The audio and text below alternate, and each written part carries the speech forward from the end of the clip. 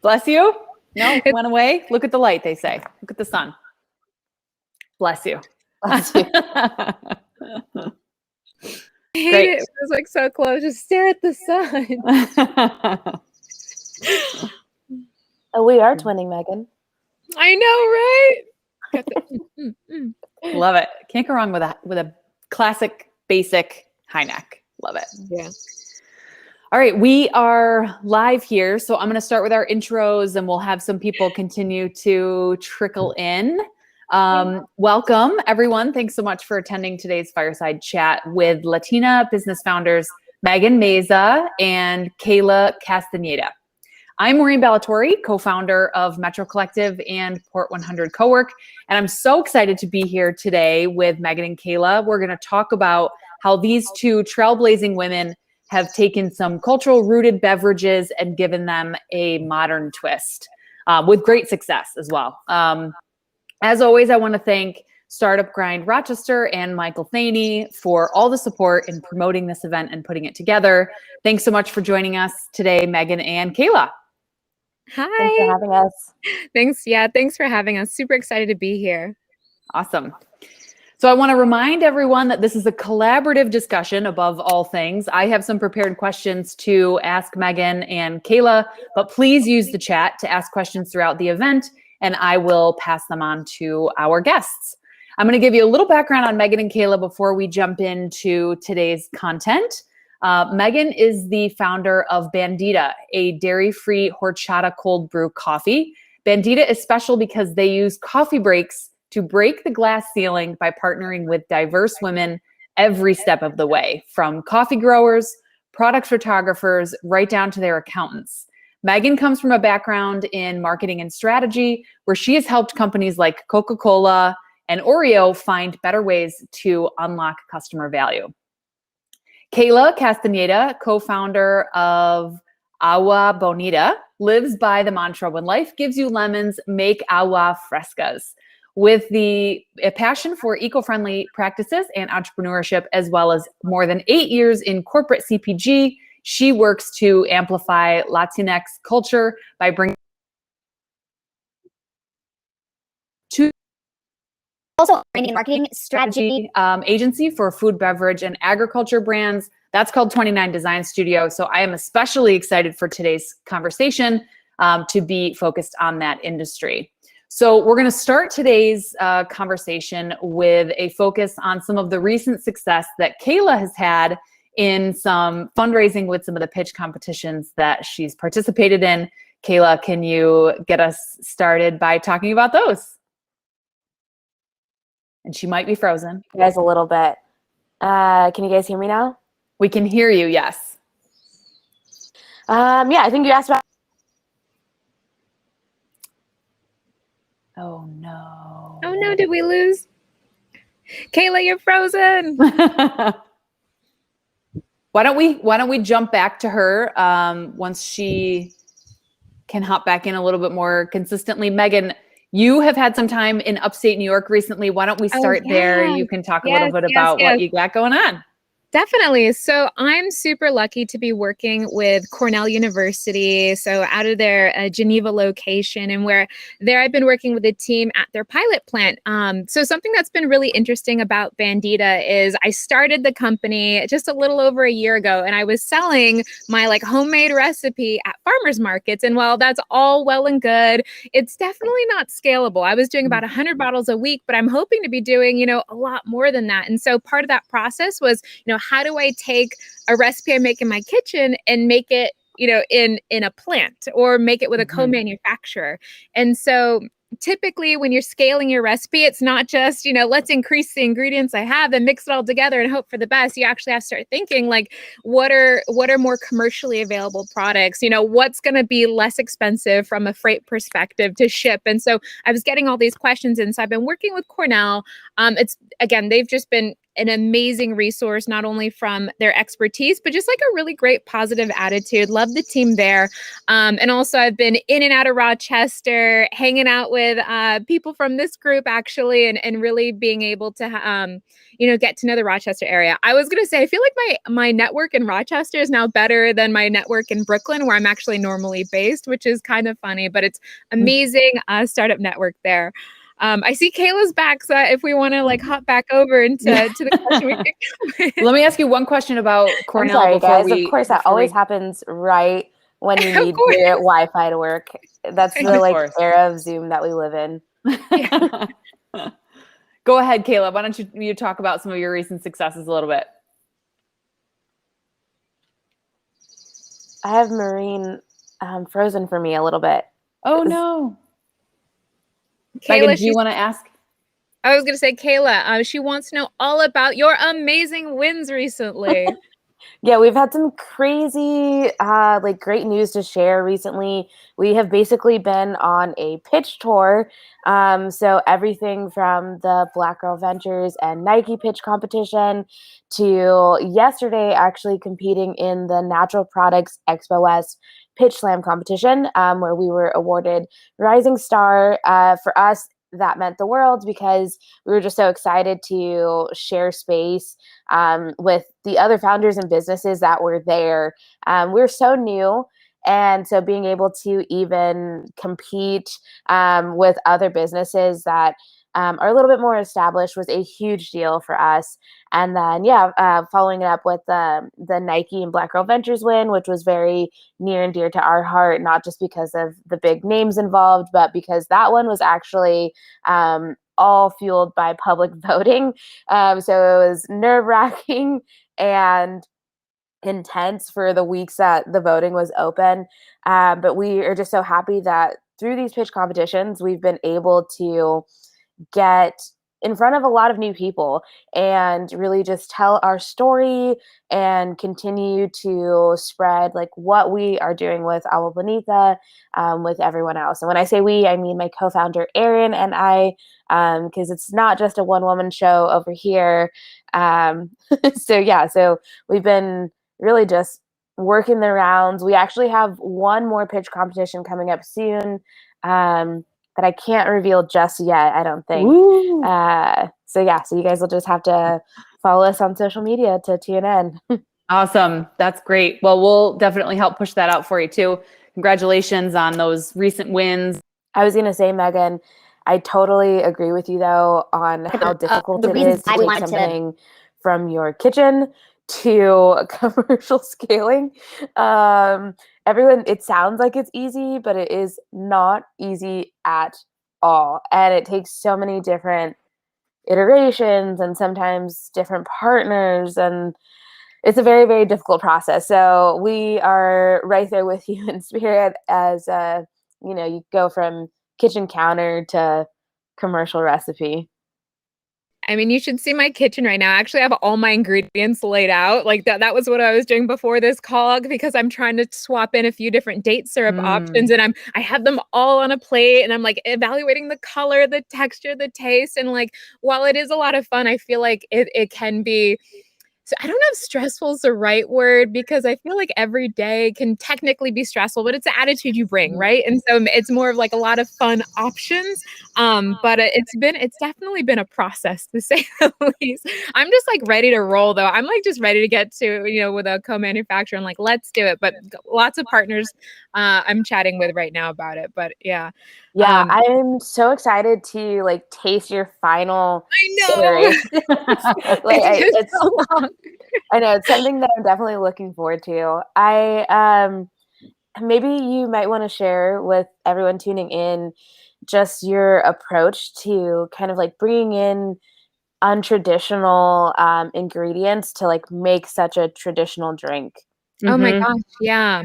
So what I think is really interesting about that, so kind of like what the inspiration for Bandita was, is I was working my full-time job in marketing. I went to culinary school for fun at night because I don't know, it was just something I liked. And I always used to tell everyone, like I used to beg my parents to stay up late to watch the Food Network when I was growing up. So it just kind of gives you like a little picture of who I am.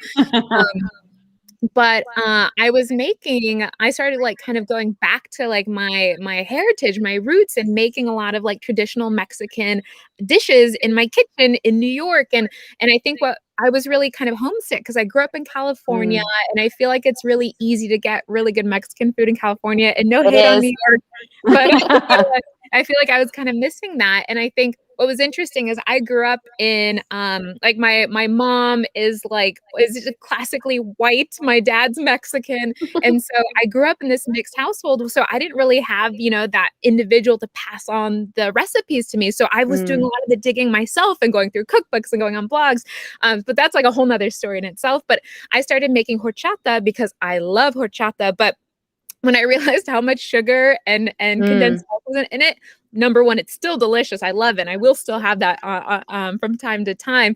But I was like, how can I make this like more of an everyday drink? And I was like, how could I make this so it could fit some of my dietary requirements now? And so that's when I was like, okay, I had all these different nut milks on my counter. Again, it was like my kitchen's my laboratory, but I was testing pistachio milk, hemp milk, and all these different milks. And I landed on a blend of like coconut and cashew and rice milk. So rice is still that traditional milk that you'll find in horchata. But then I was like, okay, well, I wanted to swap out the refined sugar. So then I was playing with date syrup, as I mentioned, as one of our ingredients. And so it's been really interesting kind of getting that similar flavor profile. I think what's important to notice is, or to say is like, I'm never going to go out and say my horchata is the best horchata, or this is the only way to make horchata, because even when you look at households, every household will have a slightly different recipe for whatever they're making, whether it's horchata, aguas frescas, and as a whole, or moles, or like anything like that. But it's like, this is the way I like to drink it. And I just want to share that, you know, with my community. And then of course I had to add caffeine to it because I'm a caffeine addict. Because I need caffeine, yeah. Yeah, and I guess that was very much like the twist on it. But I think what's nice about Bandita is it's almost like it is when people talk about their food being a love letter to their heritage, I think it is very much a love letter to how I grew up, this mix of both worlds. And so that's kind of how Bandita came about from a flavor profile perspective. I love that. A love letter to your heritage, basically. Yeah, I mean, Agua Bonita is right there with you in kind of, redefining these traditional ingredients in a modern way. For us, it's really more about omitting some ingredients because agua bonita, aguas frescas, traditionally it's fresh fruit and non-sparkling water and a lot of sugar. For us, we really just take that added sugar out and then just rely on, fruit blends and, just kind of nailing down those really great taste profiles. Sometimes we use spices. Our watermelon chile obviously has the spice. And when we started, and still like a core aspect to our business and how we approach things was authentic. And we used to use that word a lot, like authentic.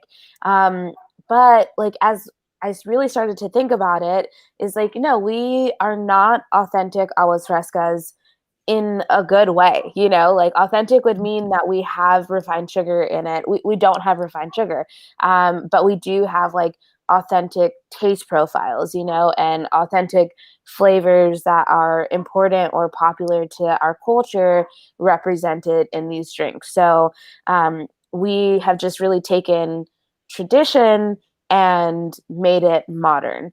So that's kind of how we approach things, is putting that modern twist on something that has such deep roots in our culture, the same way that you do with horchata, and giving it just a fun update. And for us, even that's our packaging, being in cans and being that like ready to go option. And it's definitely an homage to our heritage, and you still have those really great flavors, but yeah, in a fun and creative new way. So we're just happy to bring aguas frescas to folks in that way. Yeah. What has the reception been like? I mean, what can you guys, both of you, share about your customers? Back just yet? Oh, wait.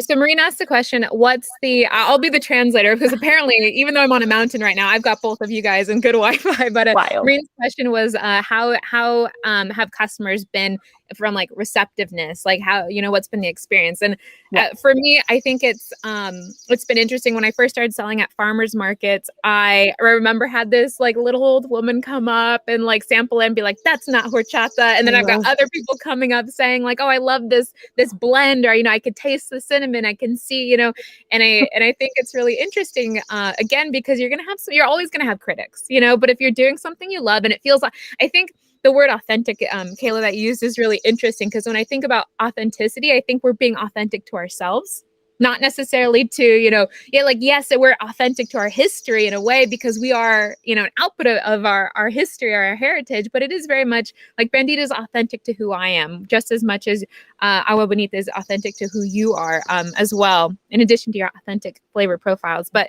that's overall, customers have been really supportive. Everyone has been like super positive about it, except for that one woman who I'll never forget. you can't always change the older generation's mind. But I don't know. How about you, Kayla? I think that this is kind of where you start to get into like that conflict with your culture. Because like you said, there's always going to be some critics that are like, this isn't really an agua fresca, or this isn't really horchata, but for us, honestly, we've had such a great reception to what we're doing, because I always say, like, our drinks are not just for Hispanic consumers, like the same way that tacos are not just for Hispanic consumers, right? Like everyone's had a taco, everyone's had a margarita, maybe, and that is how we like view our product. So yes, it will resonate with, some people of our culture that just want a better for you option of a cultural favorite, and then on the other hand, it might not. But then there's this whole other segment of the market, of just beverage drinkers in general that want something that is clean label, low sugar, and new and exciting for them to try. And so we've also seen a lot of success in that realm of just people curious to know what aguas frescas are. And taking a chance on us to like give them that first experience. So there's always like a little bit of conflict with the culture when you do something different. But I feel like I knew that was going to happen when we started this. But that is why we started this, was because we wanted to implement new and healthier practices for things so rooted in our culture. And like kind of on that note, like building healthier practices, like we know that when it comes to Hispanic communities, they're twice as likely to be impacted than, the average US citizen by things like diabetes, and sugary drinks are often the catalyst for diabetes or pre-diabetic symptoms. And so I think what's interesting, both what, Kayla and myself are doing, is we're introducing these, no, whether it's a no refined sugar or no additional sugar added, we're creating, some healthier options to hopefully start creating better behaviors that still kind of lean into some of those traditional flavors that, target audiences, or our customers might be more familiar with, and hopefully starting to bridge that gap and, start to create additional healthy behaviors. Yeah, agreed. That's a great point. A big like point of inspiration behind like the origin of Agua Bonita was my grandpa. Like he was really the one that would bring home like all this like super ripe fruit from the fields and like make these blends and stuff like that. And like we always had spicy stuff in his cooking. So he was a really big inspiration behind a lot of what we do at Agua Bonita. But yeah, I mean, he was diabetic. So he had to get to a point to where he was managing his sugar a lot better and couldn't indulge in a lot of, like the Mexican delicacies that there are. And I feel like even that has influenced the way that we approach different lifestyle choices, but even choices with our product makeup is like, you want something that everyone can partake in without, feeding into some less than desirable, practices. feel like I kind of negate that when I add tequila or mezcal to your drink and pour it over ice. Hey, we can't be perfect all the time. All right. So I know we're still having some audio difficulties. Okay, Maureen, can you give us give us a question and see if Kayla can hear? I don't think Kayla can hear me at all. I'm going to ask, and Megan, I think you can. Okay, so I'm going to ask this, leave you guys to chat about it, and then I'll go out and come back in. Perfect. Let's talk a little bit about diversity in fundraising, and it kind of has relevance in some of the pitch wins that Kayla has just had, but can you guys talk about that a little bit from a fundraising perspective? Definitely. Kayla, so Maureen's asking about diversity in fundraising and how you're kind of seeing it right now. I know this is your realm right now, so I'm going to let you tackle that first.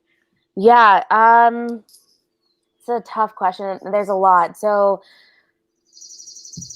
minorities are notoriously underfunded. So I think let's start there, and that has not changed. So it's always like an uphill battle every single conversation that we have, kind of going into it with that precedent.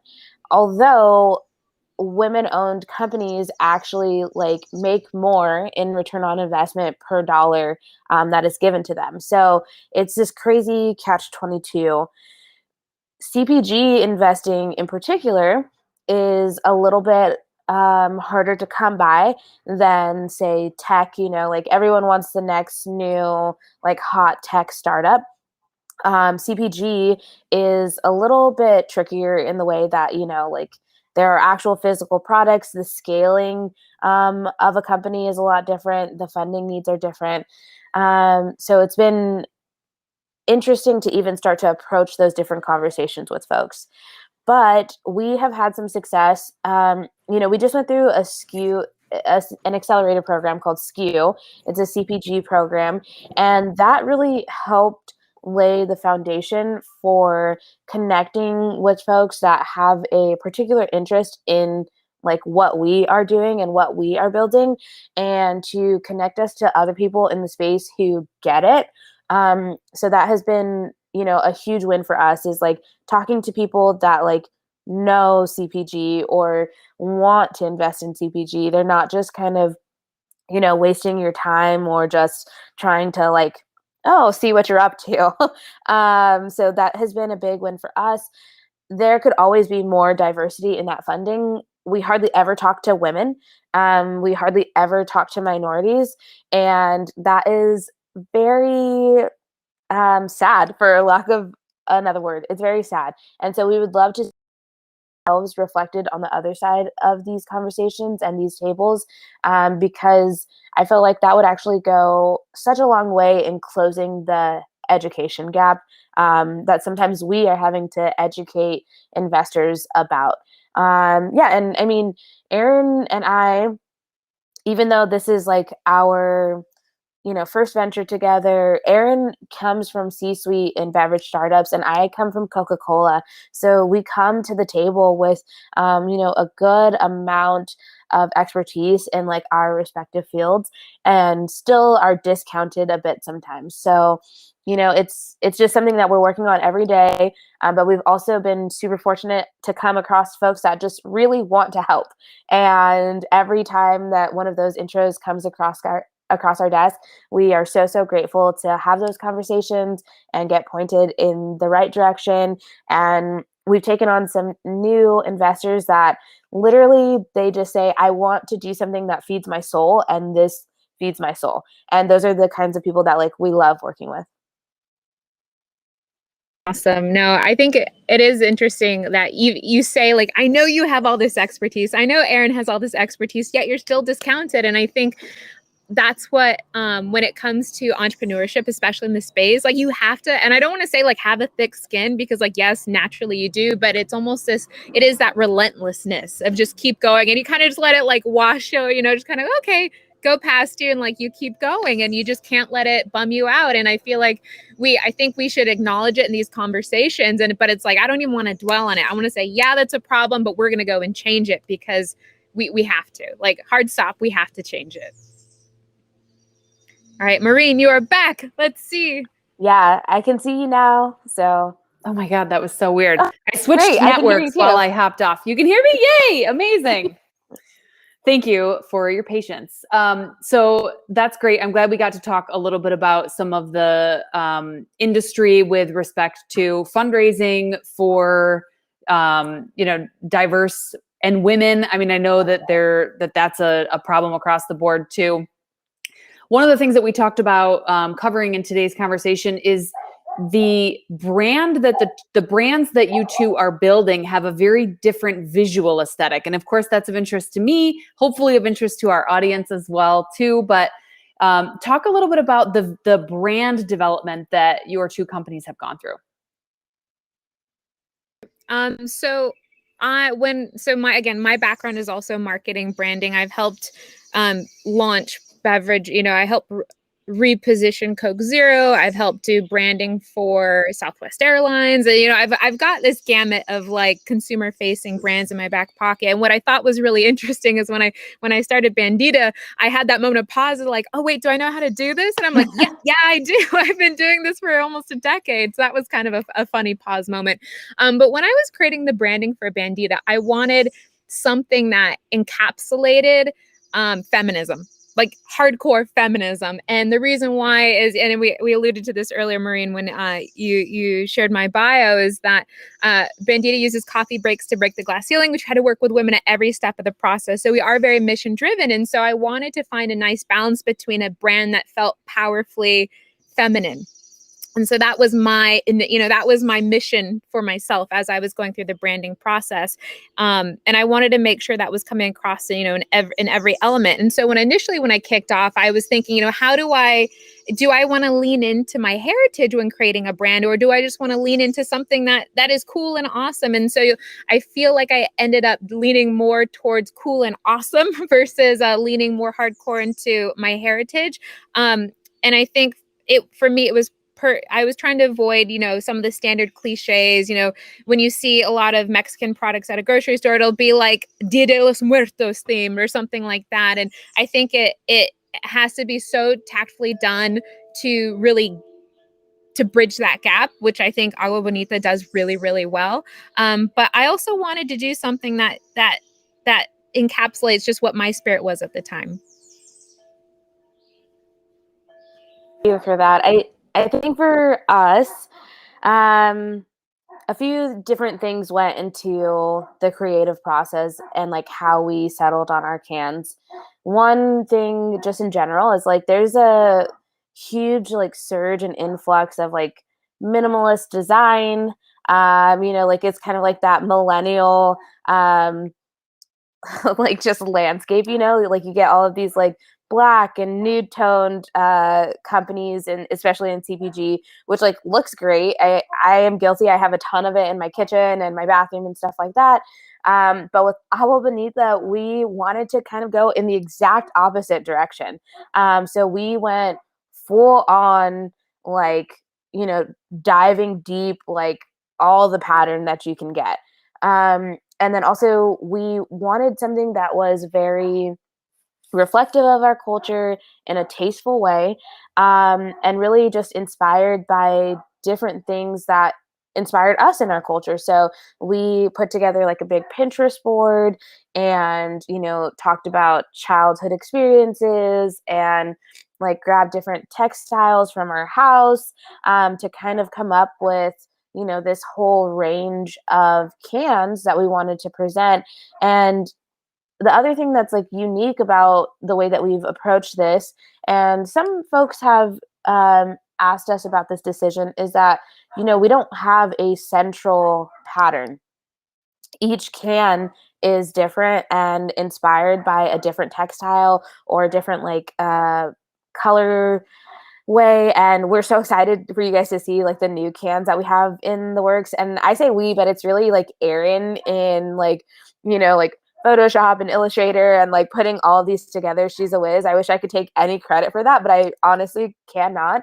But yeah, so we just wanted a whole range of products that could inspire you at every turn and that you could look at and know like, okay, yes, that is a Mexican brand, or that's a Latinx brand, or just Hispanic brand, without it being tacky, without it being tacky.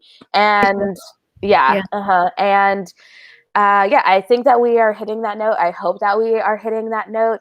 But that's really the way that we approach things, was like, let's just approach and go full in, and like, let's create a line that looks like our houses, like that looks like our fiestas, that looks like, you know, all of our celebrations. Kayla, I love that you like grounded it. You're saying like we actually went and like found textiles and we did this, because I think that's what makes it like so cool, is like it's grounded in realness. It's not, you know, this picturesque of what a brand should be. Like even when I was briefing my designer, I sent songs. I was like, this is what I want it to feel like. This is the thing I want to evoke. And I think that's what's powerful about both of our packaging, is it's evocative of, you know, some sort of emotion, you know? And I think that's what, you know, the passion and the emotion that's kind of in there. It's not like, you know, the cold minimalist brands that are trending today. Yeah, I actually have a blanket on my bed that is from my boyfriend's mom, who lives in Mexico, and this pattern is going to be on one of our cans. So it's really cool. Just things like that. And even one of our recipes is like very much inspired by like an agua fresca that she made us. And yeah, so it's fun for me to see represented in our business. Yeah, and that's how you build a strong brand story too, right? Is having, you know, the stories behind what you're working on building that convey that emotion and that tell the story of something deeper, that it's more than just about what the product is, but it's about what it stands for and where it came from. I want to talk a little bit about other aspiring Latinas who want to become business owners, you know, and maybe feel like they don't know where to start. You've mentioned how supportive people have been. And in some cases, like Megan's story of the woman coming up to you at the farmer's market and saying, that's not what that is. What are some advice, some tips that you guys would give to other aspiring business owners in general, but also those who identify as Latina? I'll kick it off. I think it kind of goes back to the relentlessness. Don't let anyone make you feel small, ever. Don't. Just if it's upsetting, take a moment, say, okay, I'm upset, acknowledge those feelings, but keep moving on. I think definitely build up your relentlessness, and don't be afraid to reach out to anyone. I think the beverage community has been shockingly supportive. I think coming from, I don't know, just kind of my background and hearing horror stories in food and how cutthroat it can be, I am surprised daily how my network has grown. Again, how supportive, Rochester and Geneva networks have been. But even, Kayla and I, we're friends, and it's like, on paper, technically, are we competitors? Like, sure, but there's enough space for so many strong, thriving women and businesses to grow together. And so I think that's what's been just absolutely amazing. Is my advice is take advantage of the network, reach out, make friends, because you're going to want someone to kind of ask questions with, or share your struggles or your successes with. And I think that's so important, really, really focus on building your network and be kind. Because I think when people, again, going back to the note, if you're ever discounted, just continue being kind and continue being a badass, and just say, okay, and then move on, because it is a very small world. And so you definitely want to protect your own reputation as well. Yeah. To piggyback off of that, tenacity has been like the number one trait that I think has gotten. We've had a monster month, like just a season of winning, like great things happening for us. But we've been working at this for like a year, you know what I mean? And so you don't get to always broadcast, all of those times that don't feel too great to be a business owner. And those times far outweigh, the big wins. So you just have to really dial in and be tenacious about what your end goal is, and assess your risk tolerance, because there is going to be a couple times that you really sit there and think like, okay, wow, like, is this for me? Like, should I have chosen something else? Like, and you just have to really reassure yourself that like, no, this is the path that I'm on, and I'm more than capable of accomplishing this. This is just like a season or a problem that we're going through right now, but like we will fix it and we will figure it out. So don't doubt your skill set. Be tenacious about what you're trying to achieve and just keep at it. And then, yeah, like Megan said, really reaching into your network and making friends. There's going to be times where what you're working on, whether it's tech, whether it's CPG, whatever, your family and your loved ones probably are not going to understand the problems that are very unique to you. As much as they would love to and as much as they try to, they're just not in the space, so they're not going to understand it. So it's really great to have other folks, even if you just need to vent or if you need help solving a problem, because it's great to like vet people based off of recommendations of like friends and trusted colleagues than to kind of go into everything blind. You will save yourself lots of money and many a headache. I think those are great tips from both of you. Seth Godin has this concept of tribes, this philosophy of people like us do things like this. And, people, like-minded people tend to find ways to gravitate together. And so for, aspiring business owners to find like-minded people, regardless of how they identify or regardless of what, area that they're going into, it sounds like you're both saying, don't be afraid to reach out and ask for what you need if you need help in something. Do either of you have stories of how you've done that and a way that you were kind of surprised at the support or success that you got out of reaching out to somebody kind of cold or anything like that? Oh, do you have one to share, Megan? I was gonna say, go ahead, Kayla, kick it off. Yeah, I mean, this one is kind of like very simple and straightforward, but our initial investor like has investor friends and we needed money. And I don't know why we were like apprehensive to kind of ask, but we're just like, hey, we need more money. Like, do you have friends that are interested in investing? Like, like you've been on this ride with us, you've seen what we've done, and like successes, like, do you have people that you want to share this with? And he's like, actually, yeah, I do. And like shopped it around and then we got some more checks in the door.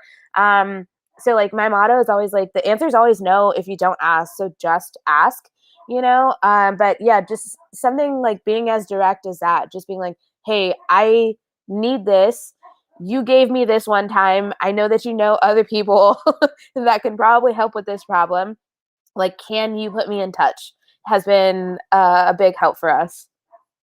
Oh, I love that. 100% to that. And I think amazing example, Kayla. I think also even when like negotiating, so I'm negotiating coffee right now. And so I had an MOQ or minimum order quantity, and that was like exponentially higher than I was looking for, but it was like the best quality I could find. And so I just, I negotiated. I was like, hey, like, here's where I'm planning on being in about 6 months. Here's where I am right now. Can you meet me here with the intent that we're going to grow together? And so, and it's like, I think we often get these like PDFs of how, pricing or logistics or, information on the products and the gallons and et cetera. But there's no harm in asking and saying like, hey, and so they're like, yeah, actually, we think we can meet you there. Let us get back to you and see what the exact quantity is going to be. And so just little things like that, I think we have to remind ourselves while there are no hard and fast rules in life. Right.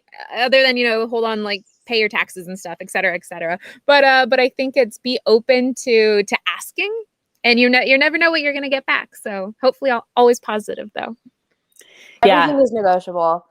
Yes. So one other thing that I can think of that came to mind is actually through the Skew program, we had like all these great mentors, and a few of them, like all they do is VC. So that's what they do. They just handle money. And so we asked one of the mentors for his time to ask him some questions about like how we should be structuring our fundraise. And as we were asking him these things, we were like, oh, sorry, I'm not familiar with that. Or, and his response to us was like, why are you sorry? You don't need to be sorry. This is not your job. It's my job to know this. It's your job to run your business. So this is what I'm here to help you with. Don't say sorry. Don't apologize. Like, take up the space that you need to take up.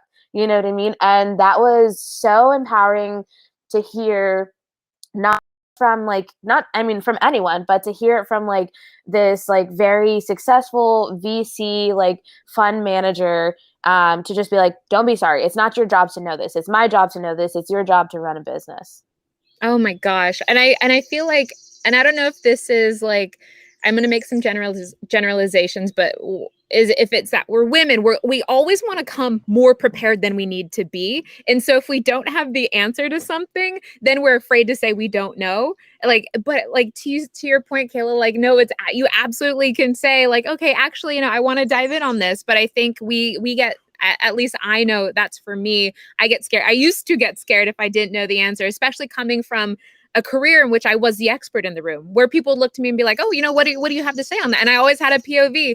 And now I had to kind of retrain my brain to think, I'm not an expert in manufacturing. So it's being able to ask questions and find people who are going to be supportive in that way. I think that was a huge like pivot in my thinking as well. I totally had the same thing. Yeah. And even on the other side of that conversation, to not be shy to kind of call people out sometimes. Like we had an instance where, like someone was asking me like, well, like, are these the recipes that you want to go with? And I'm like, you're the food scientist. Like, I'm not a food scientist. You know what I mean? So like, I can only tell you what I like it to be, what I would want it to be like. But you're the expert in this conversation. So like, you tell me the parameters within which we need to operate, so that way we can come to a conclusion that like we're happy with. But like, that's your expertise, not mine. So what is your professional opinion on this? And sometimes it's setting it up with that in mind, right? So ask for what you need. I think it's a theme of the response to that last question, right? Which I totally agree with. There's been some, times in the growth of my own business where I've been stumped by some issue and blindly reached out to somebody to say, hey, you know this, or yeah, I know you've been through this. Can you help me? And it's never been a no. But so it's ask for what you need, but also be prepared to collaborate. So maybe when approaching those conversations with the food manufacturers or, the marketing agencies or whoever it is, the investors, right? Of this is what I'm thinking of how I would like to approach this. This is the outcome I'm looking for. What do you think, right?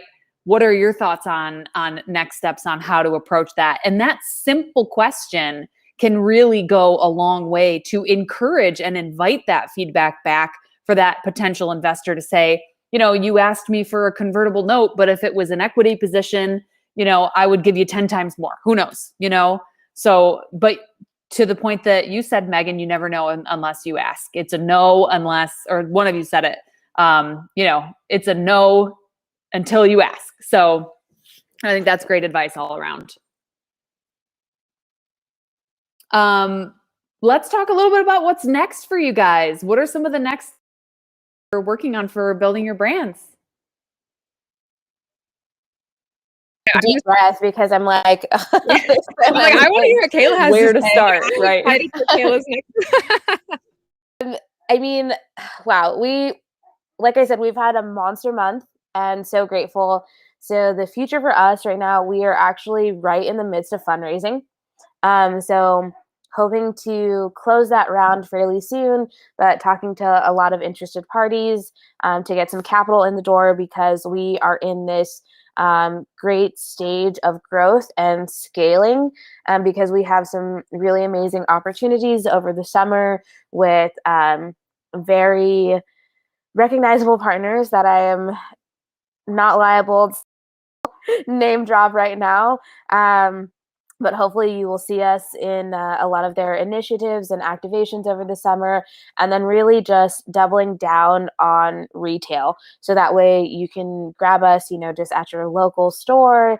We're available online right now through our website, but we'll be on Amazon in a couple weeks here. So really, we are just like in this crazy stage of growth where it's like making more aguas frescas, introducing new flavors, and getting it into more places. I know that sounds so generalized, and that's like always the goal for every CPG product, but we're just like in the midst of making that happen, where it's like grabbing some cash, getting the right co-manufacturers on board to help us scale, and then like coming back to all of this interest that we've been able to drum up over the last month to like really solidify those partnerships. So that's where we're at right now.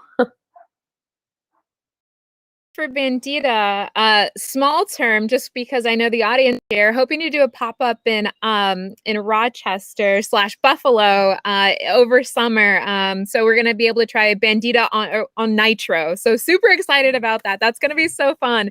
So I'll have to send some details around. Marina, I'll send them to you or Michael once we get the details solidified.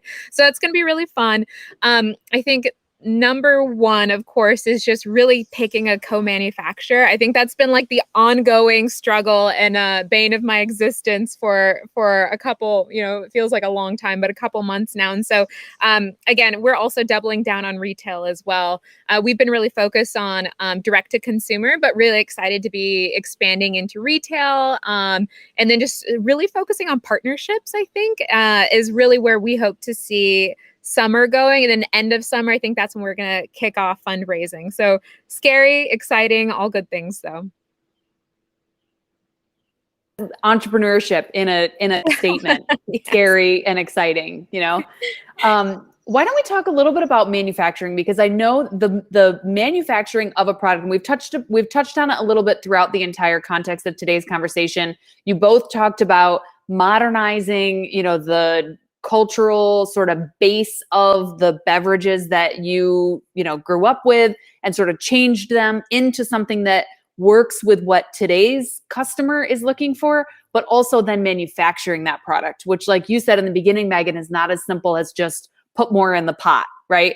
So talk about that a little bit. And especially you, Megan, I want you to start because you're going through it right now. And then Kayla, maybe you can add some of what your experience has been going through that manufacturing and co-packing process from the scale up perspective. Yeah. So it was like hard and fast lessons really, really quickly. So especially when you're working with an ingredient like coffee, it can be really challenging because I worked really hard to find a great partner to source my beans from in Colombia, woman owned, woman grown, woman roasted, all of this. And then to be told by, I went to, and I actually hired an R&D partner aside from Cornell. And we didn't get along, just hard stuff. We didn't get along, but they did give some great feedback of things like, okay, well, when it comes to coffee, you can't rely on a single grower. Let's say something happens to that crop, it gets completely wiped out. You're without a coffee. So it's, can you find a blend? Can you find a coffee extract or concentration? And so there are all these different things that, really started to get my head turning, and like, how do you prevent, how do you protect your supply channel essentially? How do you ensure that you're going to be safe if the worst case happens? So that was one element of it. And so I did mention, I didn't really love my R&D partner. And I think that was a really big challenge, and something I'm actually still in the process of working on. But I think my biggest thing is when hiring outside for consulting, whether it's packaging, whether it's manufacturing, whether it's R&D consulting, things like that. For me, I like working with people I could be friends with. And that was my biggest, and I know that sounds really silly. And, we don't always have the luxury to make choices like that. But I think I bring my full self to work every day. And and to be able to grab a coffee, grab a drink with someone and, talk about the project and be very collaborative and know that they're going to have my back and want to come proactively with solutions. I think that's always really important as well. And so that's kind of like my litmus test for, how I pick partners to work with to develop my product. But I'm trying to think of other interesting things about manufacturing. Oh, I didn't even realize like how much freight was going to be. Like that is one thing you really need to. So it's like, for example, my coffee originally is coming from California, and that was fine on like small scale. But when you're ordering a couple 100 pounds of coffee, transferring it to the East Coast, not great. And so these were like small things because we're all used to free shipping on Amazon, right? but it's like, but I think that's when you really have to take into consideration, and things like around coffee extracts. So you can have, this much coffee, make a couple 100 bottles, or this much coffee extract, but is it going to taste as good? Like this might be a 50 like times extract. And so sure, you're going to save on shipping costs, but you're going to have to subsidize, or sacrifice your flavor. So I think part of manufacturing is always this weighing. And I think what's been doubly challenging, just manufacturing as a whole and finding the right suppliers are very challenging. But what's been doubly challenging is I really focus on working with women-owned companies, women-led companies, women-grown products, and so it's really narrowed my field. But I think again, that's where network comes in. And every conversation I have, even if it's just an introduction conversation with a co-manufacturer, I always ask, hey, do you know any coffee girl? Or do you know anyone who does like a coffee, like whatever I'm looking for at that time? And they're always willing to share that information. But also, fun fact, if you're talking to a supplier, 99.9% of the time, they will send you free samples of the product to test in your, at your pilot plant or your kitchen. And so rather than having to invest so much up front to get, to figure out what right ingredients, you can ask for samples. Sometimes you have to pay for shipping, but most cases not. So that is just like my one tip for everyone as you're reaching out. If you are looking for suppliers, that's important to know. Yeah, on that note, I mean, it never stops, even when you're scaling. Because when you're scaling, it just means that you need more of everything, and there's more room for error. So, like we are always continuously like in this R&D space, especially with trying to pump out new flavors. And we are very like customer facing in that like we love to hear what our consumers want and implement changes if there are changes to be made. So like making our watermelon skew spicier, or like we reformulated our cucumber to have pineapple in it. Iterating on like a large scale is not that easy, so it's one thing, like I said, to do it in your kitchen, but when you have to make thousands of units, and in this space and beverage in particular, like the minimum order quantities are very high, so like trying to iterate quickly and efficiently and at a scale that co-manufacturers will actually produce is difficult. So it's like this continuous R&D process and like this manufacturing process, and finding like the right co-manufacturer for you. One interesting thing that recently was brought to our attention and is something that we are like exploring now is if you can make your co-manufacturer, if they are great and if they are the ones that can nail down what you want to do, if you can make them a business partner, that actually eases that relationship and opens up a lot of doors to different breaks, because they are invested in your business succeeding because now they are a business partner of yours. So I mean, that is something that as you start to scale, you may want to consider having those relationships and those conversations, especially if you have something that is unique. For us, putting aguas frescas into a bottle would have been 10 times easier, but we are like adamantly against plastic, and we are not carbonated. So putting a non-carbonated juice product into a can is very difficult, and you have to have like just the right puzzle pieces of machinery to make it work. And so we had to really like dig deep into our network. Honestly, Megan and I, some of our first conversations were like, what co-manufacturers do you know? Because I'm looking for like X, Y, and Z. because I have to have X, Y, and Z to like make this work, you know? So I think really just working closely with people that do things legally and correctly, you know, like you need a process authority letter, stuff like that, that you can kind of like have to learn sometimes the hard way. Just is it sucks, and you know, like it's better to have those conversations with your peers and know that going in, than to not. But yeah, even at scale, you know, we're seeing some of the same issues that we were facing with when we started. It's just at a bigger volume. Done that relationship with your co-packer? I think that that's a really interesting idea. Oh, you're muted. It's come up in discussions recently. So I don't have much details to share about it just yet, but it's something that we are open to. And I mean, we love it because for us, we want a long-term partner, Right. and someone that can like help us as we scale. That can come with its own inhibitions, maybe down the line, like an acquisition or something like that. But, you know, you kind of have to just find the situation that works for you now. Right. Yeah. And it kind of goes back to what we were saying about collaboration too, right? If you can find the right partner and there's a solution that happens to be something you can explore, it's one of those, you know, nothing's off the table until you've talked about it, you know, and can take a look at what's going to work for everybody. Yeah.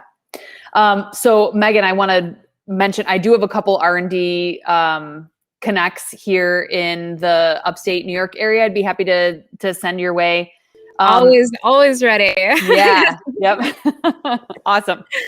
So any other, as we're in our final couple minutes here, any other notes that I didn't ask about or kind of, you know, words of wisdom that you want to share with our audience before we sign off? I would say if something's on your heart, do it, explore it. Now is the time to do that. Yeah. You know, the world is a crazy place. Everyone has gone through some really hard times. Entrepreneurship is hard too. But we went into this project with like, you know, if this does not work out, lots of things in the world are not working out right now. So what do we have to lose? There's nothing to lose. And if this is on our heart, do it. So that is what I would tell someone is like, if this is really on your heart, try it out. Kayla, can I just like shrink you down, put you in my pocket so I can keep you for like words of wisdom like that?